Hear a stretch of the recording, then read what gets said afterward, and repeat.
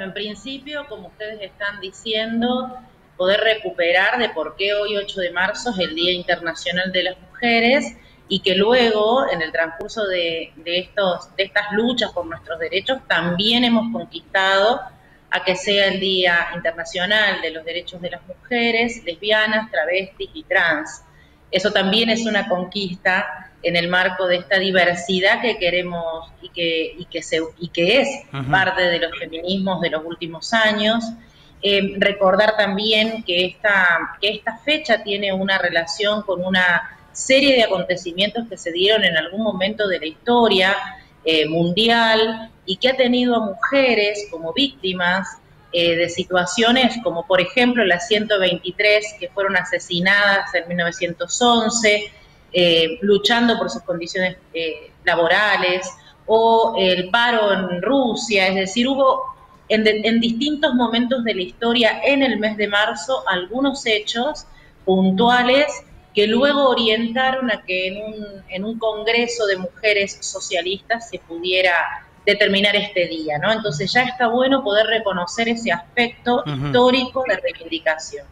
Y después de qué podemos hacer, yo creo que depende de quienes están queriendo ser parte de este 8 de marzo, ¿no? Si se trata de los varones, creo que hay que repetir que es un día que, si están en un medio de comunicación como ustedes, claramente poder charlar sobre el tema como estamos haciendo ahora. Si sos un varón que está en su casa, puede dedicarse hoy a las tareas de cuidado del hogar o de hijes, y poder colaborar para que su compañera tenga libertad y tiempo y ninguna preocupación para participar de las actividades de hoy.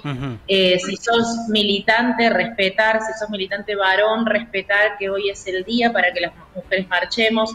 Y si sos el Estado, nosotras estamos pidiendo que se declare la emergencia nacional en violencia de género, que como en tantas otras situaciones y temáticas, cuando hay gravedad de esas situaciones, se determinan o por decreto de un presidente o de un gobernador o por consenso político en una legislatura, emergencias para poder potenciar las herramientas, medir los resultados en un tiempo concreto, ¿no? Eso es lo que estamos pidiendo las Mumalá en todo el país, la declaración de la emergencia con este objetivo, ¿no? No es una declaración que se pide a nivel teórico y abstracto, sino con una serie de puntos que para nosotras son esenciales, por lo menos para poder comenzar a abordar esta situación de violencia machista que a fecha de anoche, que fue el último recorte de nuestro observatorio,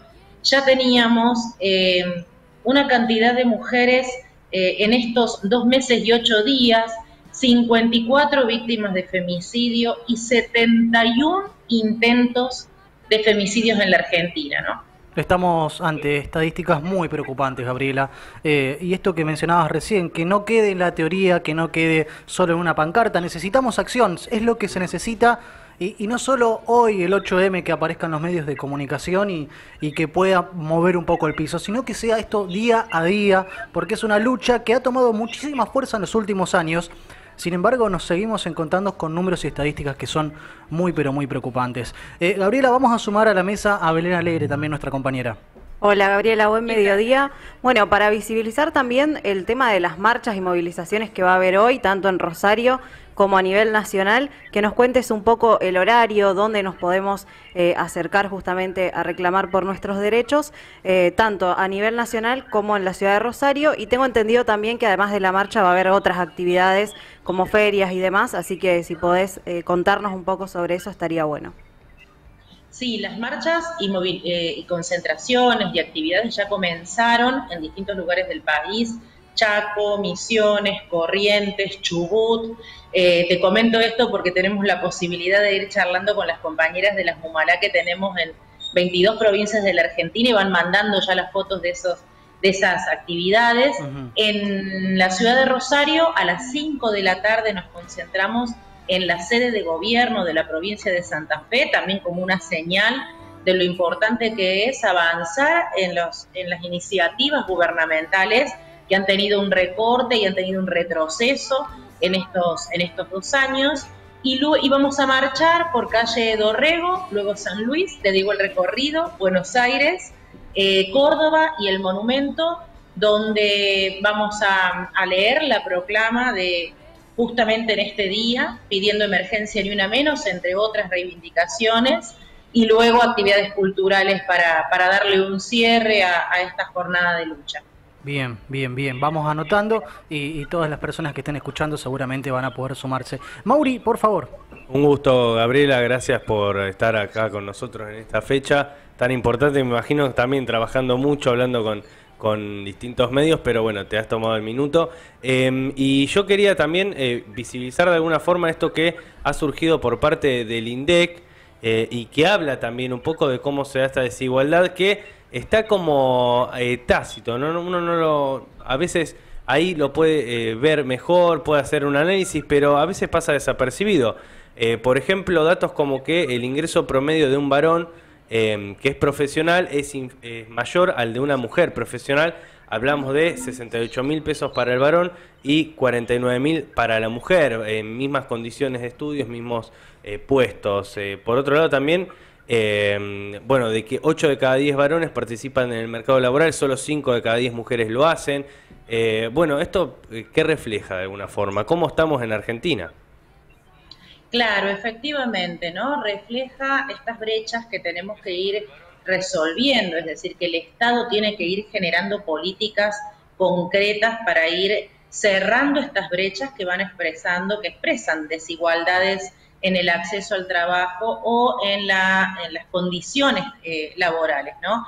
La situación en la Argentina, diría que hay una situación a visibilizar a la par de estas desigualdades en el marco del mercado de trabajo, que es el fenómeno de crecimiento de feminización de la pobreza. ¿Qué quiero decir con esto? Que tenemos en la Argentina, me arriesgaría a plantearlo en términos regionales, ¿no? Latinoamericanos.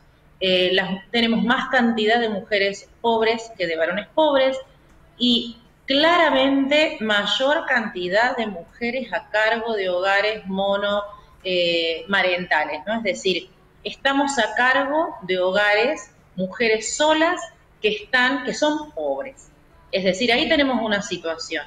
A la vez tenemos trabajo no remunerado o no reconocido como parte del trabajo que realizamos las mujeres, que son todas las tareas de cuidado del hogar, de cuidado de enfermos, de personas con discapacidad, que recaen en los brazos trabajadores de las mujeres, ¿no? ¿Por qué lo menciono? Porque esto es un aporte a la economía de la Argentina no reconocido, es decir, este trabajo de cuidado beneficia a quienes luego son parte del mercado laboral y las mujeres no tenemos reconocimiento y tampoco se está discutiendo políticas serias de democratización de esas tareas, ¿no? Y por otro lado, los trabajos más precarizados son otorgados a las mujeres, que claramente son las que han tenido menos posibilidad de incrementar o acumular credenciales académicas, ¿no? Es decir, las mujeres han tenido menos posibilidad de educación o tienen a título de grado una cantidad de credenciales, pero en la medida que estoy hablando en este caso de profesionales, que queremos avanzar con mayor capacitación en una carrera universitaria, por ejemplo, tenemos un techo porque estos posgrados son pagos, porque tenemos al mismo tiempo que cuidar nuestra familia, es decir, o tenemos situaciones de precarización, pobreza, indigencia, o cuando hemos tenido posibilidades de ingresar al mercado de trabajo, tenemos un techo que nosotros le llamamos techo de cristal, que son estos límites que nos ponen las dobles, triples tareas que desarrollamos las mujeres, ¿no? Bueno, de esas brechas también hay que pensarlas y hay que generar políticas para eliminarlas, ¿no? Entendemos de la existencia de distintas secretarías de géneros a nivel municipal, regional y nacional, pero concretamente, ¿qué apoyo del Estado están recibiendo las distintas agrupaciones feministas? Porque hoy en día parte de las pancartas y los reclamos que llegan son dirigidos hacia el Estado y hacia quizás el déficit que tienen a la hora de ampararlas en el ámbito judicial sobre todo. Sí, por un lado te hablo de claramente las políticas de Estado. La exigencia de hoy es que se focalicen, por eso el pedido de emergencia, en la situación de la violencia de género, por los datos que dábamos, ¿no? Y porque hay necesidad de poner presupuestos para atender a las víctimas y a los familiares de víctimas de femicidio, a los niños y a las niñas hijes de esas situaciones. Ahora, las organizaciones, nombro Mumalá, pero hay un montón de organizaciones, somos aquellas que estamos en los territorios, y cuando digo territorios no me refiero a algo abstracto, no, en los barrios con los sectores populares, que muchas veces hacemos ese nexo tan complejo que es acompañar a una mujer en situación de violencia hacia alguna de las puertas del Estado. Esa tarea de acompañamiento debe ser valorada, debe ser destacada, hasta te diría que debe tener un reconocimiento económico, porque estamos cumpliendo un rol fundamental que el Estado, por un montón de causas, no tiene posibilidades o no tiene decisión política de llevar adelante. Claro. Por lo tanto, el pedido de emergencia también incorpora el reconocimiento de diverso tipo, pero también económico, a aquellas mujeres que trabajan, que llevan adelante su militancia desde el feminismo popular y comunitario en esta búsqueda de acercamiento de las víctimas al Estado. Y te digo una última cosita, sí, claro. Pensá en la estadística. Hoy en la Argentina, de cada 10 víctimas de femicidio, solo 2 hicieron la denuncia. ¿Qué pasa con esas 8? ¿Por qué no están llegando al Estado? ¿Qué pasó? ¿Qué respuesta tuvieron de que no pudieron avanzar con una denuncia, por lo tanto, la restitución de su derecho y la sanción del agresor? Exactamente, exactamente. La verdad que plantear esta estadística, traer este número, y nos muestra la situación que estamos viviendo. Entendemos este día de movilización. Esperamos que el año que viene, cuando volvamos a tener contacto con vos o cualquier referente feminista, podamos encontrarnos con estadísticas un poco más alentadoras. Sabemos que venimos también de un año de encierro total, donde muchas víctimas no han tenido la posibilidad de salir de sus casas, expresarlo quizás no en una comisaría, pero sí con alguien conocido, y no han podido. Se reflejó también, ¿no?, en la línea 144, un aumento de casi el 30%. Sí, los datos en relación a las situaciones, a los teléfonos de emergencia, en el caso de Rosario, teléfono verde, o en el caso de el nacional, el 144, también en la cantidad de denuncias. De hecho, nosotros tuvimos que exigir en la primera etapa de la pandemia que se multiplicaran los mecanismos de recepción de denuncias, y tuvimos en algún caso una muy buena recepción. El caso del Ministerio Público, por ejemplo, habilitó posibilidad de hacer denuncias por correo electrónico, que luego, por supuesto, eran chequeadas por el organismo, ¿no? Y mirá qué paradójico, o qué expresión propia del sistema patriarcal y de cómo manifiesta la violencia, que los únicos delitos que no bajaron en la Argentina en contextos de pandemia fueron los femicidios.